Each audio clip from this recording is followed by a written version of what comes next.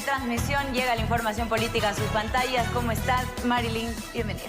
Muy buenos días, María Mercedes, y a nuestros amigos. Gracias por permitirnos ingresar a cada uno de sus hogares. Que tengan una excelente jornada, que nos vaya bonito a todos, pero sobre todo también qué es lo que va a suceder con respecto al apagón nacional. Lo vamos a estar ampliando en minutos. Por supuesto que sí, información importante que usted debe conocer y que la tenemos aquí de primera mano. Antes que nada, contarles que tenemos 10 grados centígrados en la capital, que hay tráfico en varias arterias viales, así que tengan muchísima precaución.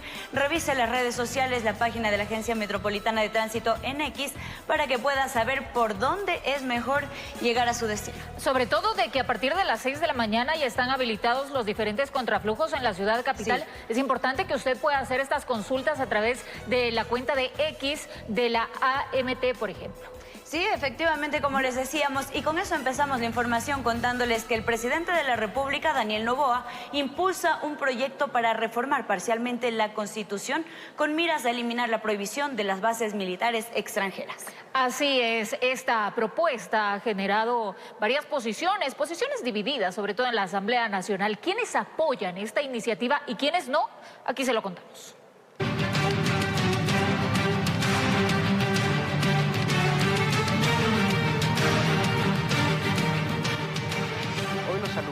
El gobierno de Daniel Noboa busca modificar el artículo 5 de la Constitución para viabilizar el establecimiento de bases militares extranjeras en territorio ecuatoriano.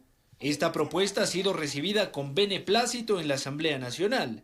De hecho, su presidente, Henry Kronfle, aseguró que la lucha contra el narcoterrorismo debe ser prioritaria en la agenda legislativa. El concepto a priori me gusta, es un concepto que genera certezas, de alguna más tranquilidad al país, pero hay que ver si esto lo va a determinar la Corte, que sea por enmienda o por reforma parcial de la Constitución, y de eso va a depender el trámite. Ojalá que sea el pueblo el que decida en las urnas, creo que es lo más rápido y lo más conveniente para el país. Los miembros de la bancada de ADN subrayan que la reforma será tratada con celeridad, pues es clave para enfrentar el conflicto armado interno que vive Ecuador. Debemos estar abiertos a recibir cualquier tipo de cooperación internacional que nos ayude a luchar contra estas narcoterroristas, contra estos carteles que hoy operan en nuestro país. Construye también ve con buenos ojos el posible retorno de bases militares extranjeras al país. Sin embargo, apuntan, si este proceso se tramita mediante consulta popular, será imprescindible incluir nuevas reformas constitucionales que favorezcan a los ciudadanos. Queremos que se permita el trabajo por horas, a plazo fijo, para que haya más oportunidades laborales. También queremos solicitar que se permita la reforma legal aquí en la Asamblea Nacional para que los adolescentes que cometan asesinatos puedan ser juzgados como adultos. El correísmo es la única bancada que se opone a la reforma. Ellos aseguran que la propuesta no solucionará en nada la crisis de seguridad que vive el país y que atentará contra la soberanía del Estado. Colombia tiene 7 bases militares estadounidenses en territorio colombiano y sigue siendo el mayor productor y el mayor exportador de cocaína. Entonces díganme qué se soluciona con la presencia de una base militar aquí. La reforma presentada por Noboa deberá en primera instancia sortear un control de legalidad por parte de la Corte Constitucional, informó Álvaro Terán. La propuesta del gobierno de levantar la prohibición para instalar bases militares extranjeras deberá contar con el aval de la Corte Constitucional. Además, esta institución se encargará de determinar el camino legal para este procedimiento. Hoy los saludo desde el lugar que alguna... Tras la presentación del proyecto de reforma constitucional que busca eliminar la prohibición de instalar bases extranjeras en territorio ecuatoriano, la competencia recayó mediante sorteo en el juez constitucional Pablo Enrique Herrera Bonet. El magistrado deberá determinar si la propuesta cuenta con el aval de la Corte y cuál será la vía que deberá seguir este procedimiento. Sobre la mesa se plantean 2 opciones: una reforma parcial a la Constitución o una enmienda constitucional. ¿Qué es lo que nos va a decir el magistrado Herrera? Si esto se lo tramita a través de una reforma parcial o es una enmienda constitucional. La opción con más peso en este caso es la reforma parcial a la Constitución, aseguran expertos, ya que para una enmienda se deben cumplir otros criterios. Cuando la modificación constitucional pretende la alteración de los elementos constitutivos del Estado, la vía a seguir es la de la reforma parcial. Para la reforma parcial, el gobierno deberá presentar la propuesta en la Asamblea Nacional. Esta sería asignada a tratamiento en la Comisión de Garantías Constitucionales y deberá pasar por 2 debates en el Legislativo. La discusión tendrá que darse en un doble debate, con un plazo de espera de 90 días entre el primer y segundo debate. El debate debería, en principio, ser de carácter técnico y de oportunidad, pero sin duda alguna habrá también alguna apreciación de carácter político. Posteriormente, la propuesta deberá ser aprobada por el Pleno de la Asamblea Nacional. Una vez que se haya tramitado, en este caso, el proyecto en la Asamblea Nacional y aprobado por la Asamblea Nacional, tiene la consulta popular de salida. Es decir, que se proponga a los ciudadanos si efectivamente se vota por esta reforma parcial. El otro camino, aunque poco probable, es la enmienda constitucional, un mecanismo de democracia directa en el que el Ejecutivo consultaría a la ciudadanía si está de acuerdo con la reforma planteada, que implicaría la apertura de bases militares extranjeras. La Corte tendrá igual un término de 20 días para emitir el pronunciamiento tanto de vía, ahí sí también de contenido, porque tiene que emitir 2 pronunciamientos de una sola. Y una vez que se conoce el dictamen de la Corte, el Consejo Electoral tiene 15 días para hacer la convocatoria y el acto electoral o la consulta popular como tal debería darse dentro de los siguientes 60 días. En todo caso, la propuesta del gobierno requerirá de tiempo. Por reforma parcial se necesitarían al menos 6 meses debido al debate legislativo, mientras que por enmienda constitucional se plantea que el tiempo se reduciría a la mitad al tratarse de un mecanismo de consulta directa. Informó Edwin Benalcázar. Criterios de evaluación, requisitos e inhabilidades son parte de las críticas que genera el reglamento para designar a la nueva autoridad de la Fiscalía General del Estado.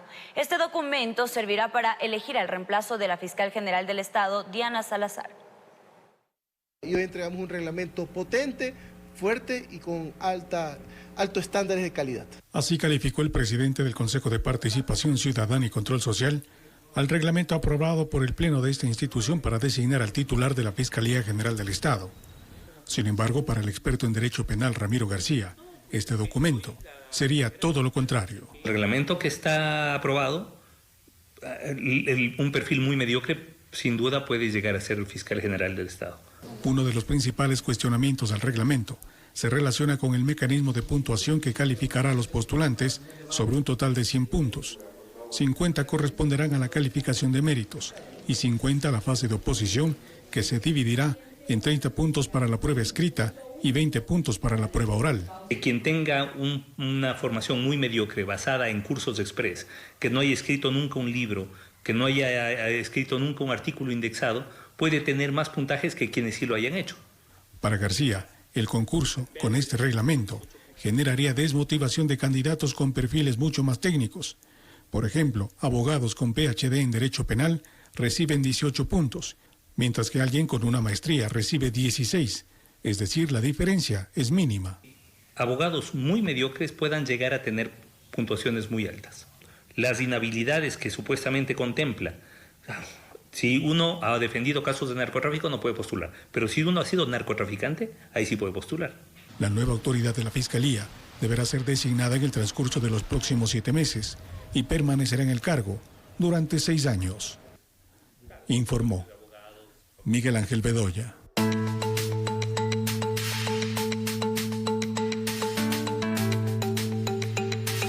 7 de la mañana con 3 minutos. El presidente de la República, Daniel Noboa, dispuso toque de queda en los territorios que rige el estado de excepción durante el periodo de racionamiento eléctrico previsto desde las 22 horas del miércoles 18 de septiembre hasta las 6 de la mañana del jueves 19. Con el objetivo de garantizar la seguridad de los habitantes de las provincias de Guayas, Los Ríos, Manabí, Orellana, Santa Elena, El Oro y el cantón Ponce Enríquez en Azuay, el gobierno nacional dispuso reformar el estado de excepción en estos territorios para implementar un toque de queda por única vez, que regirá desde las 22 horas del miércoles 18 de septiembre hasta las 6 de la mañana del jueves 19 de septiembre, horario que durará el racionamiento eléctrico programado por la Cartera de Energía y Minas. Los trabajadores de la salud, tanto pública como privada, seguridad y fuerza pública, gestión de riesgos, sectores de emergencia vial, medios de comunicación, los servidores de la presidencia, vicepresidencia, Ministerio de Gobierno, Interior, Defensa, SNAI, Asamblea Nacional y cuerpos diplomáticos serán considerados como parte de los sectores estratégicos y tendrán una excepcionalidad a la prohibición de movilidad. Adicional a esta disposición, la Secretaría de Comunicación informó que el lunes 23, martes 24, miércoles 25 y jueves 26 de septiembre también se extenderán los cortes del servicio eléctrico en el mismo horario nocturno, desde las 22 horas hasta las 6 de la mañana, y que se implementó la modalidad de teletrabajo en las instituciones del sector público para los días jueves 19, viernes 20, jueves 26 y viernes 27 de septiembre. El presidente Daniel Noboa indicó que esta planificación es con el fin de causar el menor impacto posible a las actividades económicas y productivas del país. Además, no se descartó disponer de más medidas complementarias que se consideren necesarias en función a la situación actual, informó Mauricio Sánchez. Y la Policía Nacional desplegará 46.000 uniformados que estarán resguardando y garantizando la seguridad en todo el país durante los racionamientos de energía eléctrica dispuestos por el gobierno central. La Policía Nacional redoblará esfuerzos para resguardar el normal desarrollo de las actividades durante las 8 horas de racionamiento eléctrico previstos desde las 22 horas del miércoles 18 de septiembre hasta las 6 de la mañana del jueves 19 de septiembre.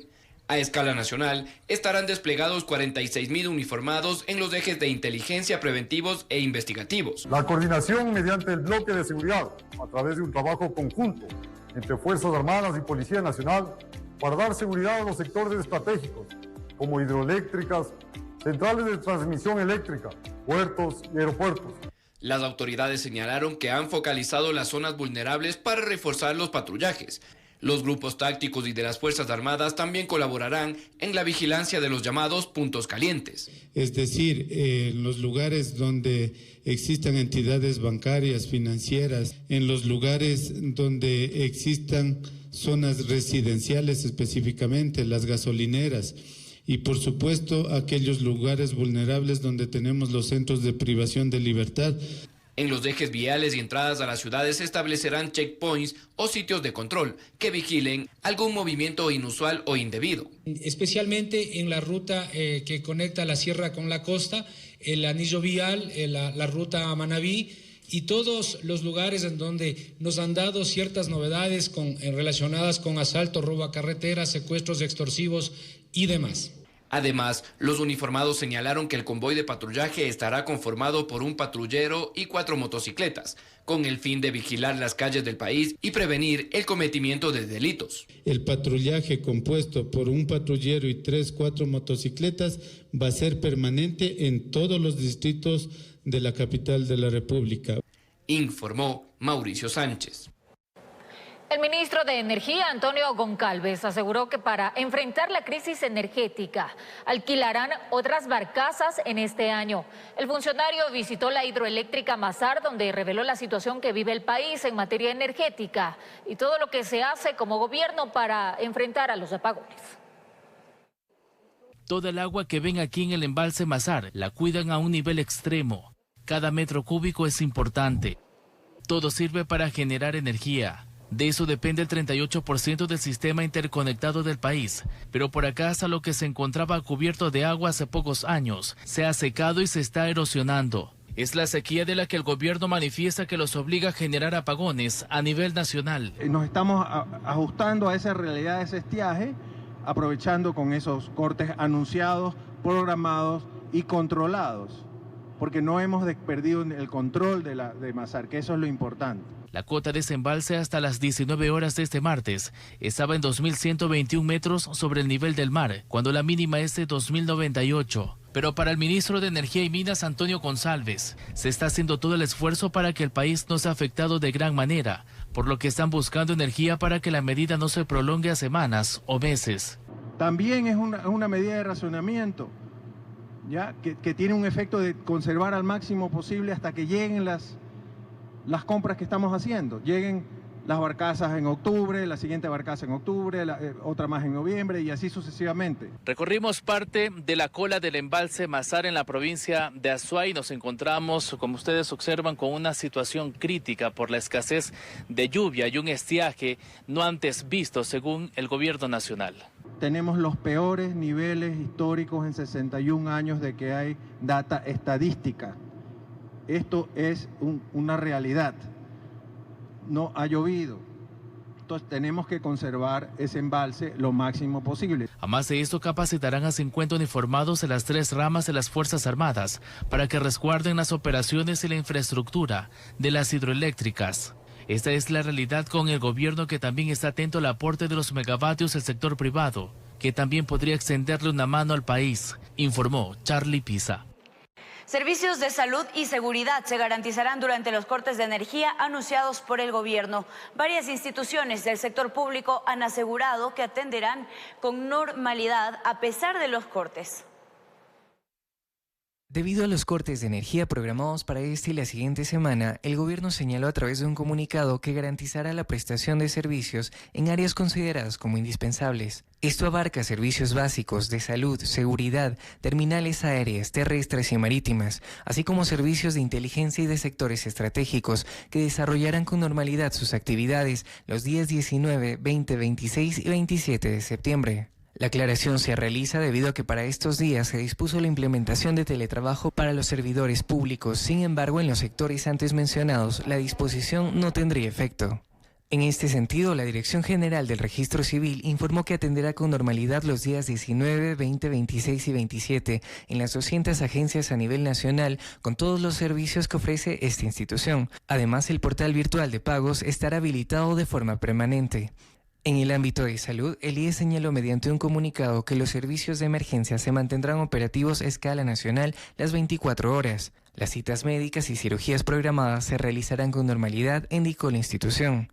Por su parte, el ECU 911, en el ámbito de seguridad, señaló que garantizará la atención y coordinación de todas las llamadas de emergencia que sean receptadas en los 16 centros a nivel nacional. Esto es posible gracias a que los centros cuentan con puntos de generación de energía ininterrumpida. En el ámbito de movilidad y transporte, la empresa metropolitana de servicios del aeropuerto de Quito señaló que la terminal aérea de la capital operará con normalidad durante los cortes programados, ya que el aeropuerto cuenta con sus propios generadores de energía. Informó Edwin Benalcázar. En el marco de la desconexión programada a escala nacional para este miércoles 18 de septiembre, el Ministerio de Educación informó sobre los cambios en los horarios de ingreso y salida del personal estudiantil durante estas distintas jornadas. Preste mucha atención a las siguientes disposiciones. Ante la desconexión de energía a nivel nacional prevista por el Ejecutivo para este miércoles 18 de septiembre desde las 10 de la noche hasta el jueves 19 de septiembre a las 6 de la mañana, varias instituciones públicas han realizado ajustes referentes a sus jornadas laborales. Es el caso del Ministerio de Educación, quienes para brindar garantías a la continuidad educativa han notificado la variación de horarios en varias modalidades. De esta manera, la jornada matutina iniciará clases una hora después del horario habitual de ingreso establecido por cada institución. Es decir, si su hijo o hija normalmente ingresaba a las 7 de la mañana, con esta disposición ingresará a las 8 de la mañana. Para la jornada vespertina no existen modificaciones, por tanto iniciarán y finalizarán en los horarios habituales, mientras que para la jornada nocturna el ingreso será en el horario normal, pero finalizará a las 8 de la noche. Esto incluye a estudiantes, docentes y personal administrativo. Es importante señalar que estas medidas se aplicarán desde el miércoles 18 de septiembre solo a la jornada nocturna, mientras que para el jueves 19 de septiembre la disposición se aplicará a las 3 jornadas académicas. Para el caso de Quito, la Secretaría de Educación detalló que el ingreso de las unidades educativas municipales para el jueves 19 de septiembre será a las 8 de la mañana y la salida sería en horario normal. Además, los estudiantes de modalidad presencial acelerada terminarán su jornada académica a las 7:30 de la noche para este miércoles 18 de septiembre. Finalmente, el Ministerio de Educación señaló que se mantendrá el trabajo coordinado en materia de seguridad. Bueno, nosotros de manera permanente estamos trabajando articulados con el Ministerio de Gobierno, con el Ministerio del Interior, con la Policía Nacional, para que siempre se asegure el perímetro de las instituciones educativas más aún cuando nuestros estudiantes se encuentran recibiendo el servicio educativo. Informó Ítalo Salazar. 7 de la mañana con 14 minutos, momento de contarles que el Ministerio de Telecomunicaciones solicitó la supervisión y regulación de los planes de contingencia presentados por los proveedores de servicios de telecomunicaciones. Esto con el objetivo de mantener operativas las redes e infraestructura y así garantizar el acceso a los usuarios. Las medidas se implementarán para minimizar el impacto en los servicios de conectividad a escala nacional. Interagua exhortó a los usuarios para que se abastezcan previo al corte de este miércoles. La concesionaria explicó que restablecer el servicio podría tomar algunas horas de acuerdo a la ubicación de los domicilios. Sin embargo, la ministra de Ambiente, Inés Manzano, afirmó que los municipios deben garantizar la dotación de manera permanente. Quemaba el sol de las 11 cuando Cecilia empezó a llenar uno de sus de Guayaquil, antes de que el apagón de este miércoles los ponga de cabeza. Pues ahí tengo que resumir, gastar poca agua. Interagua anunció que por el corte de 8 horas desde las 22 hasta las 6 de la mañana debían abastecerse por un principio técnico. Hay que empezar a prender cada uno de los sistemas de bombeo de la planta, como los sectores planos de la ciudad, los sectores bajos de la ciudad, donde el agua va a llegar relativamente rápido. ¿Qué estamos hablando de relativamente rápido? 2-3 horas después. Pero tiene zonas altas o zonas complejas como el noroeste de la perimetral o las partes altas de los cerros de Mapasingue, por ponerte un ejemplo, donde posiblemente el agua va a demorar un poco más en llegar. Hay 2 planes de contingencia para el abastecimiento en hospitales, así como sectores del noroeste y vía la costa, que no tienen servicio de agua potable. Habrán 20 tanqueros. Ya se está organizando todo el contingente y despliegue de tanqueros para poder ayudar a los ciudadanos. Pese a los criterios técnicos de la concesionaria, la ministra del Ambiente expuso algunos argumentos jurídicos. Eso no puede suceder. Nosotros tenemos que garantizar que ellos cumplan con la ley y con la Constitución, con la ley, con el COTAD. Todos los municipios saben que tienen que tener por lo menos un generador eléctrico para que puedan abastecer 1 o 2 o varios o los que tengan la necesidad de poner. La próxima semana, por estos trabajos de mantenimiento que se realizarán el día de mañana, la próxima semana la subestación de Pascuales podrá operar con normalidad. Por ende, la planta de la toma operada por Interagua no va a sufrir mayores complicaciones en abastecimientos energéticos para la semana entrante. Informó Jorge Escobar. La Asociación de Bares y Discotecas de Guayaquil hacen un llamado al gobierno por la crítica situación que atraviesa el gremio, que se agudiza con los cortes y el toque de queda. Solicitan un cambio en los horarios o líneas de crédito para poder pagar los alquileres y las deudas. La diversión nocturna también deberá ajustarse a los toques de queda por los apagones. Dicen, sin embargo, que sus crisis datan del 2019. En la pandemia, paro indígena, y de ahí ahora la inseguridad y ahora los apagones. Y así, etcétera, etcétera, siempre la vida nocturna ha pagado. Desde entonces han vivido una agonía económica que no ha tenido oxígeno, ni catéter que sostenga el negocio.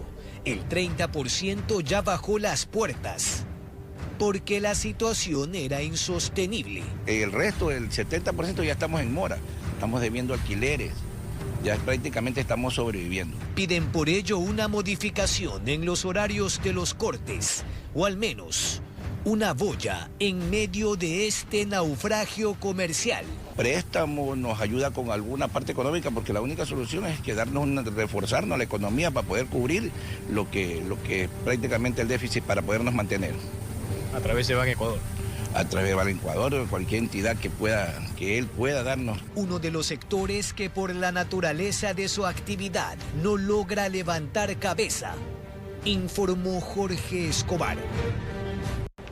Autoridades dieron a conocer el plan de contingencia para Guayaquil durante el apagón de 8 horas que se dará este miércoles y jueves. La policía ha identificado más de 80 puntos críticos donde los uniformados prestarán especial atención. 336 funcionarios de Segura EP trabajarán durante los apagones programados a nivel nacional para precautelar la seguridad ciudadana, según detalló el presidente de la empresa, Fernando Cornejo, luego de una reunión que tuvo el COE cantonal de Guayaquil. Así que vamos a recibir todas las llamadas que sean necesarias durante el apagón.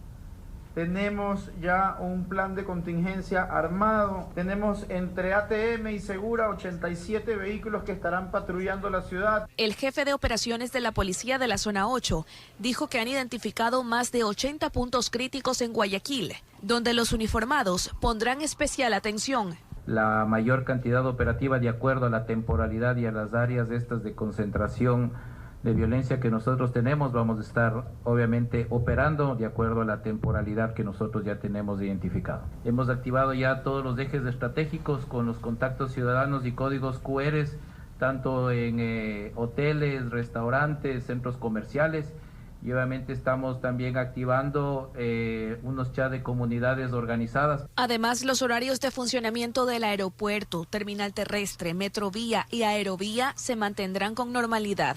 En caso de sufrir un apagón, este sistema de automatización permite que la persona que se estaba transportando en el sistema aerovía pueda llegar hasta el siguiente destino. Y también comentarles que el 85% de los semáforos que tenemos en la ciudad tienen un sistema de automatización de 2 horas y media. Por ende, en el resto de lugares donde no hay automatización de semáforos, tenemos coordinado en conjunto con Segura EP que existan agentes de tránsito. Informó Adriana Peralta.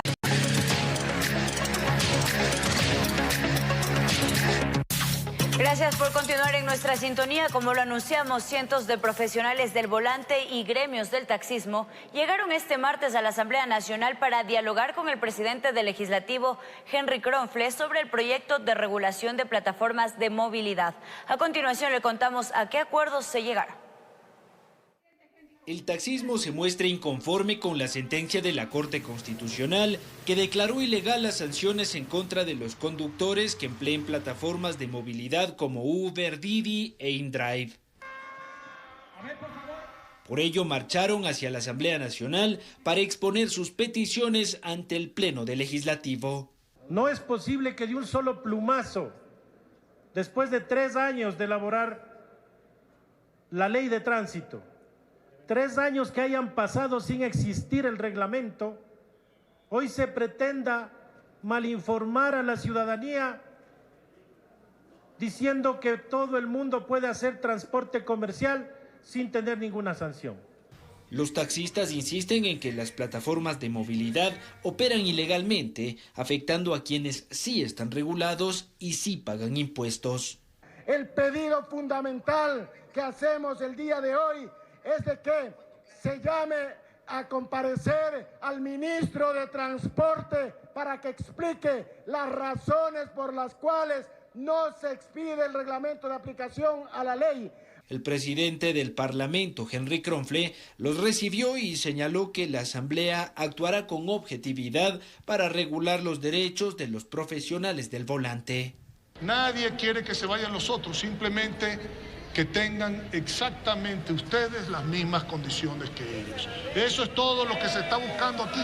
Kronfle explicó que el Ejecutivo debe publicar de manera inmediata el reglamento de la ley de tránsito y para evaluar su cumplimiento llamará a comparecer a ministros de Estado como el de Transporte y el director de la ANT. Y vamos a dirigirnos al gobierno, a la Asamblea Nacional, para exigir que se haga ese reglamento lo antes posible y que se haga con la intervención de ustedes, porque tampoco queremos un reglamento mañana que no sirva para nada y que sea un problema. En su sentencia, la Corte Constitucional dispuso que la Asamblea regule el uso y legalidad de aplicaciones de movilidad que operan en Ecuador, informó Álvaro Terán. La Comisión de Fiscalización abocará conocimiento del pedido de juicio político en contra del exministro Pablo Arosemena. El posible archivo de esta solicitud aceleraría el tratamiento del proceso de interpelación de la ministra del Interior, Mónica Palencia. La solicitud de juicio político en contra del exministro de Economía y Finanzas, Pablo Arosemena, será conocido este miércoles 18 de septiembre en la Comisión de Fiscalización de la Asamblea. Esta convocatoria se da en respuesta a la sentencia del juez Edgar Romero, quien dispuso que se retomen los juicios políticos archivados en contra de 3 exfuncionarios del gobierno del entonces presidente Guillermo Lasso. La proponente de la interpelación, la legisladora Inés Alarcón, motivó su pedido señalando que el exfuncionario habría incurrido en incumplimiento de funciones por supuestas omisiones en el manejo de la caja fiscal y falta de transparencia en las cifras de las finanzas públicas. Para ello, dijo, las firmas están listas. Entiendo que la comisión lo tratará como debe tratarse en derecho y respetando la ley orgánica. El caso de Montalvo entiendo que tendrá el mismo camino, pero de Arosemena no, porque las firmas están listas para ser ingresadas cuando las solicite la comisión. Una de las opciones que podría manejar esta mesa legislativa es no calificar el pedido y el archivo del mismo, tal como ocurrió con el juicio en contra del exsecretario de la Administración, Sebastián Corral. El archivo de estos juicios sería la vía más ágil para llegar a tramitar el proceso de la ministra del Interior, Mónica Palencia. Lamentablemente la Comisión de Fiscalización no le está demostrando al país que lo que quiere es hacer fiscalización. Lo que buscamos es un manejo político, buscamos seguir adelantando juicios políticos, tenemos objetivos claros. Esto es como si no vas por el premio mayor, buscas un premio consuelo, ya si una cosa no te sale. Aún resta el juicio político en contra de Andrea Montalvo, exsecretaria de Educación Superior. La solicitud fue presentada por María Fernanda Araujo, ex ADN, quien ha anunciado el desistimiento de continuar con este proceso. Por lo tanto, la comisión tendría que archivarlo. Tiene que hacerlo legalmente, tiene que ingresar a la Comisión de Fiscalización, conocer el tema, votarlo y, si es el caso, ahí sí archivarlo. Asimismo, el Pleno de la Asamblea tiene previsto analizar el próximo jueves 19 la resolución de la Comisión de Fiscalización sobre la sentencia del juez Romero. Informó Miguel Ángel Bedoya. Cambiamos de tema. En una nueva jornada de audiencia dentro del caso Metástasis, la Procuraduría General del Estado solicitó a la justicia que la condena de los procesados incluya el pago de $4.200.000 como reparación al Estado y ratificó además que casi los 40 afectados acusados deberían ser llamados a juicio. En la reinstalación de la audiencia preparatoria de juicio dentro del caso Metástasis, la diligencia realizada este 17 de septiembre recibió la acusación presentada por la defensa de la Procuraduría General del Estado, la misma que coincide con la Fiscalía, en que los 37 procesados deben ser llamados a juicio por el delito de delincuencia organizada. Entre los principales elementos de convicción expuestos en la audiencia se incluyeron la extracción de información de los teléfonos celulares de Leandro Norero, las versiones de los imputados y de agentes policiales que participaron en los procedimientos, partes policiales sobre los allanamientos, documentación relacionada con la causa, como reportes financieros que evidenciaron depósitos y transferencias de dinero, entre otros. Según la policía, el narcotraficante Leandro Norero se encargaba desde la cárcel de financiar y auspiciar a grupos de delincuencia organizada como los Lobos, los Tiguerones, Chone Killers, entre otras bandas criminales. Durante su intervención, la Procuraduría solicitó que de emitirse una sentencia en contra de los procesados, se incluya el pago de $4.2 millones como reparación económica al Estado, como víctima de esta trama de corrupción dentro del sistema judicial. Asimismo, el fallo deberá incluir que los sentenciados ofrezcan disculpas públicas y el veredicto sea publicado en medios de comunicación nacionales y en las páginas web de las instituciones involucradas.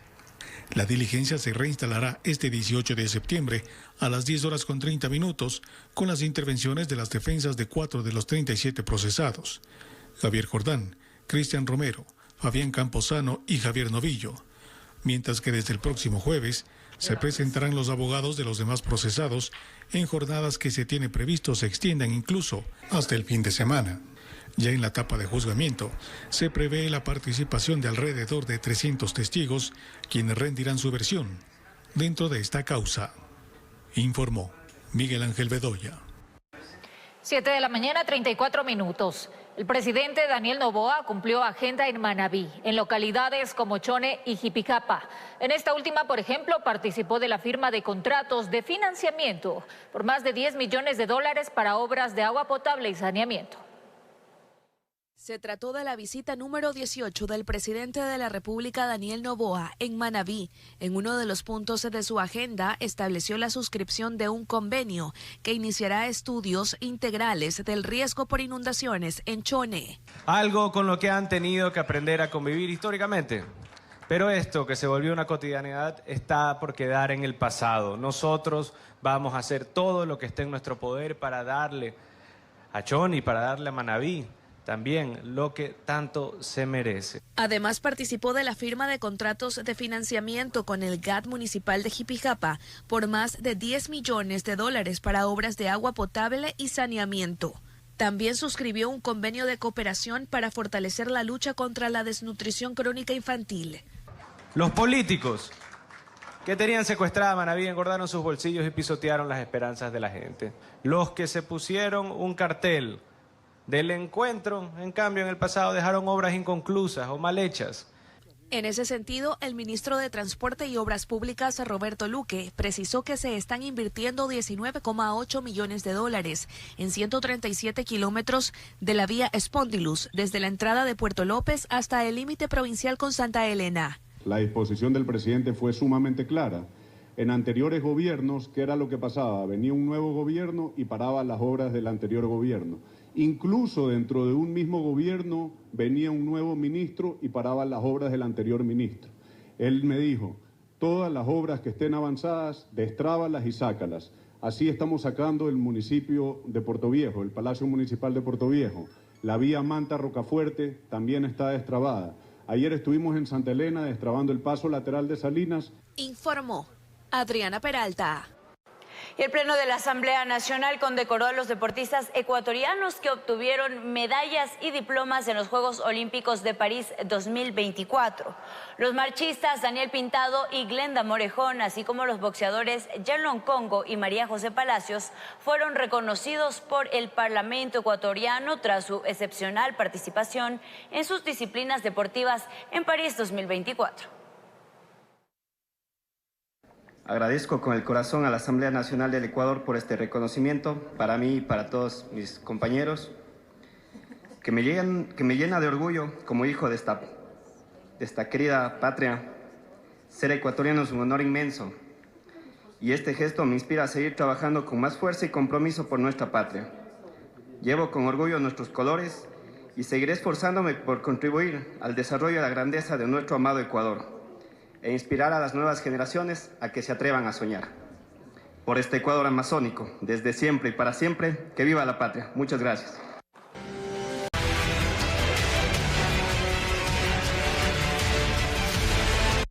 Cambiamos de tema informativo. Tras la confirmación del fallecimiento de Salvador Naula, un hombre de 72 años conocido por los capitalinos por estar siempre acompañado de varios perros y un burro, la Unidad de Bienestar Animal, en conjunto con otras instituciones, rescató a estas mascotas del predio donde vivía don Salvador. Además, exhorta a la ciudadanía a unirse para que estos animalitos no queden en el abandono.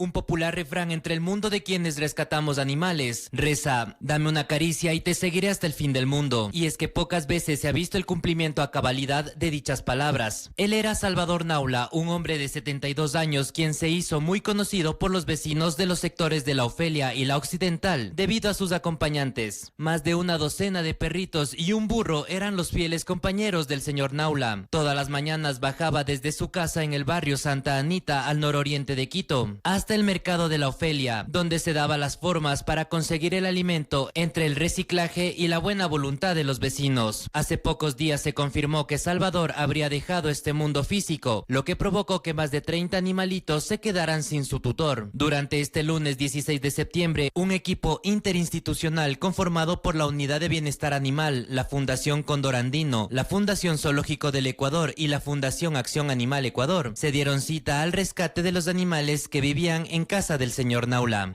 Son animalitos ferales y lógicamente queremos salvaguardar su vida y la de los moradores de este sector. Además de los 30 perros rescatados previamente, en esta última intervención se pudo rescatar una perra adulta, 8 cachorros, 2 cerdos y al burrito.